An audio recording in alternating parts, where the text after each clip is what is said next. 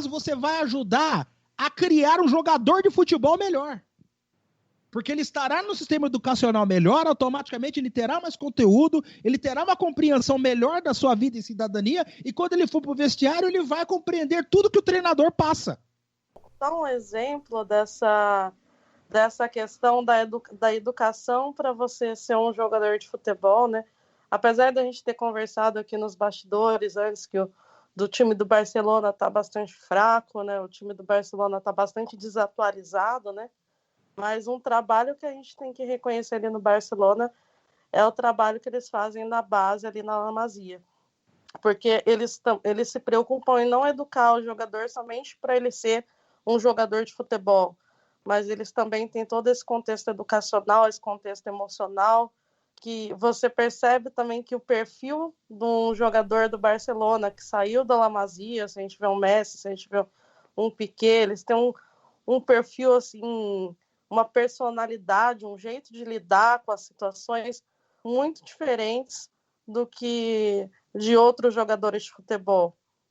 E eu acho esse um exemplo bem interessante dentro do futebol, de você pensar na educação do jogador, do time, não só como jogador, mas você pensar também na educação dele enquanto sociedade.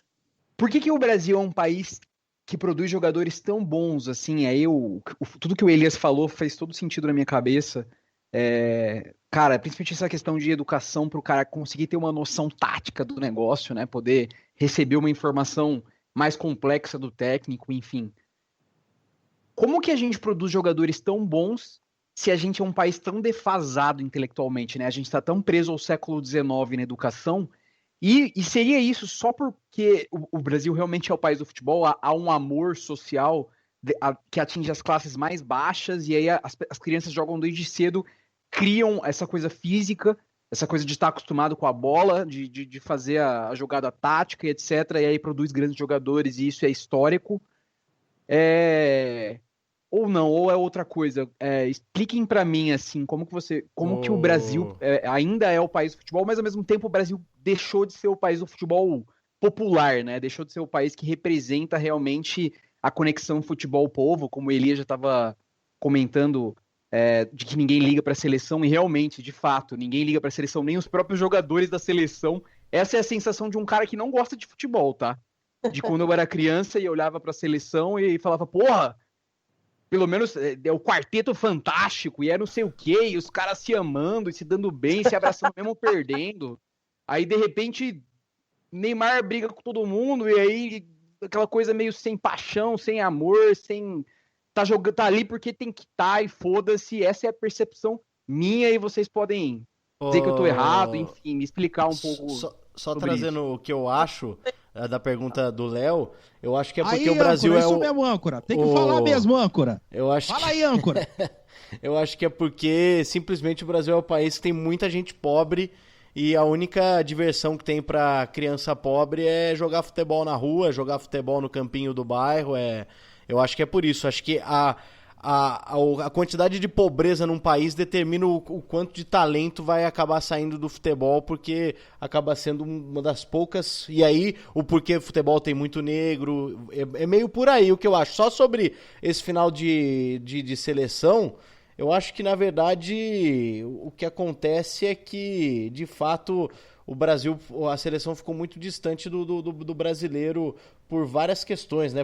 Pelos jogadores terem o futebol brasileiro não apresentar estrutura, para os jogadores ficarem por aqui, aí eles irem jogar na Europa, e a própria venda, né, dos mandos da seleção, né? A CBF, nos tempos de Ricardo Teixeira, e até hoje está nas mãos dessa gente, mas fizeram negócios espúrios que o Brasil começou a jogar sempre longe do Brasil, né?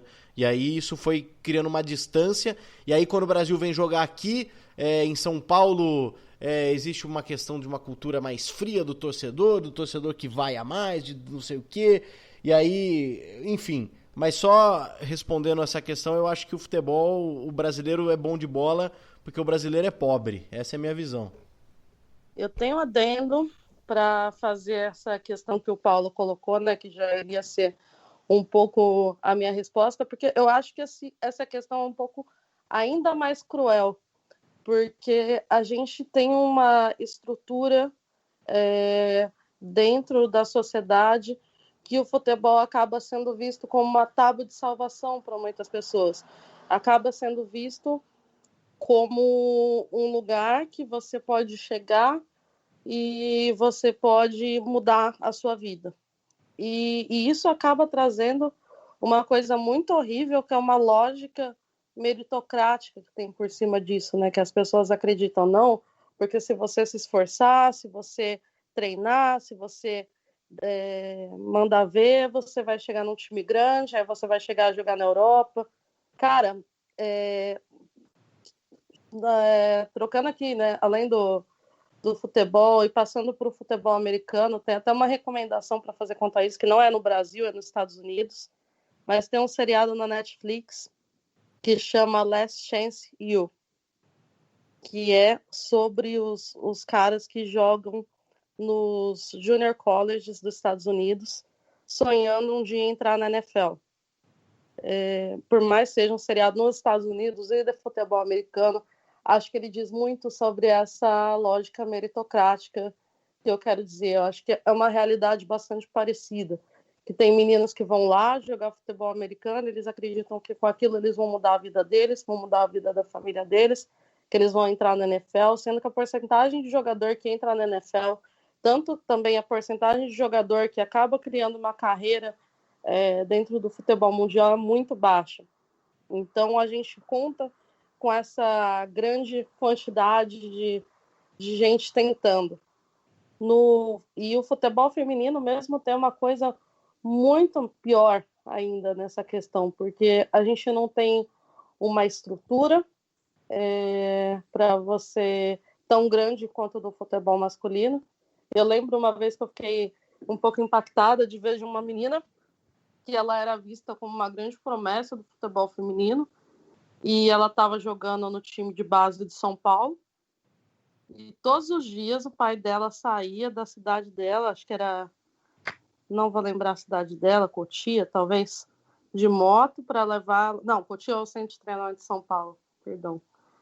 Saía da cidade dela para levar ela de moto no centro de treinamento de São Paulo, para ela treinar e voltava. E eu lembro que era uma distância grande desse centro de treinamento, porque eles não têm a mesma estrutura que no masculino, eles não têm um alojamento, não têm um nada, e mesmo assim as pessoas estão lá tentando prosperar dentro do futebol e seguindo essa lógica meritocrática que é horrível, e essa é a estrutura que é criada, e isso que acaba também, eu acho que gerando o tanto de jogador de futebol que a gente tem. E sobre a seleção brasileira, eu vou passar para o Paulo depois, tem um artigo sobre isso, de uma pesquisadora, que o que aconteceu, na verdade, no meu ver, nos últimos anos, também foi uma fuga do verde e amarelo por parte de muitos brasileiros, eu inclusa. A gente tem uma fuga do verde e amarelo, por conta de tudo que ele representa hoje em dia na nossa sociedade brasileira. Então, isso também acaba refletindo na identificação ou não que a gente tem com a seleção brasileira. E acho que é isso. Bem, depois de ouvir a resposta da Isadora, sempre pertinente, e do âncora, isso que foi bom, o âncora falou, depois da exposição da opinião do âncora, que conceitos simples são gerados a partir de processos complexos. A pergunta é pertinente. Por que o Brasil tem tanto jogador de qualidade? Isso tem a ver com a própria construção da sociedade brasileira e a construção do nosso país. Futebol chegou aqui no Brasil em 1894, por intermédio do Charles Miller. Quem era Charles Miller? Charles Miller era um componente da aristocracia paulistana.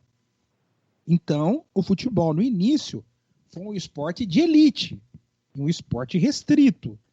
Nós não podemos esquecer que, antes da sua popularização, por exemplo, nos 4 times do Rio, o único que tem futebol clube, as 2 expressões, é o Fluminense. Os outros focavam muito mais nas regatas do que propriamente dito no futebol, porque era um esporte de elite. E assim foi por muito tempo. Por muito tempo. Até a década de 30, quando apareceu um camarada chamado Mário Filho, o irmão de Nelson Rodrigues. Esse camarada criou o Jornal dos Esportes, e o Jornal dos Esportes foi responsável por 2 coisas. Primeiro, ele popularizou o futebol para as camadas populares. Ele popularizou para as camadas populares. E criou os desfiles das escolas de samba, como nós vemos hoje. Quem criou foi o Mário Filho. As apresentações das escolas de samba eram individuais, em várias regiões da cidade. Foi o Mário Filho que instituiu um concurso e depois virou desfile. Quando ocorre essa popularização, o que acontece? Começa a atrair o negro, o índio, ou seus descendentes, que estão lá residindo em bairros populares e de subúrbio. É sempre bom reforçar que, já naquela época, nós vivíamos em um país de maioria negra e miscigenado. Branco com negro, branco com índio e etc. E aí o que aconteceu? Quando você populariza para as camadas, para os estratos mais baixos da população, isso começa a atrair a atenção dos clubes. Primeiro foi o Vasco, Bangu, Ponte Preta. E dessa grande quantidade, você tira a qualidade. Agora, tem um outro fator que colabora também. Porque o Brasil é o único país do mundo que construiu a sua competição, o seu equilíbrio no futebol por intermédio dos campeonatos estaduais. E aí o que aconteceu? Você criou, no mínimo, 4 campeonatos fortes. Você criou o Campeonato de São Paulo, que tinha 3 clubes gigantes, posteriormente um 4º, que foi o Santos. Você tinha o Campeonato do Rio, Minas e o Rio Grande do Sul. Só aí você tem 12 clubes grandes. Ou seja, 12 fontes para a revelação de jogadores. Acompanhando com isso, você tem o fluxo migratório que acontece para diversas regiões do país, especificamente para o interior do estado de São Paulo. Isso que culmina também lá na década de 60, de 70, com o crescimento de Ponte Preta e Guarani. É fruto desse fluxo migratório existente no país. Então, dessa complexidade, você gerou essa base digamos, de jogador. É duro comparar isso, né? Mas eu não estou conseguindo encontrar outra analogia. Por exemplo, se na Alemanha, por exemplo, você tinha a Bundesliga, você tinha, por exemplo, uma fábrica apenas para produzir jogadores. Na Itália, você tinha uma também. Agora, no Brasil, você tinha 4. 4 e com 12 times relevantes.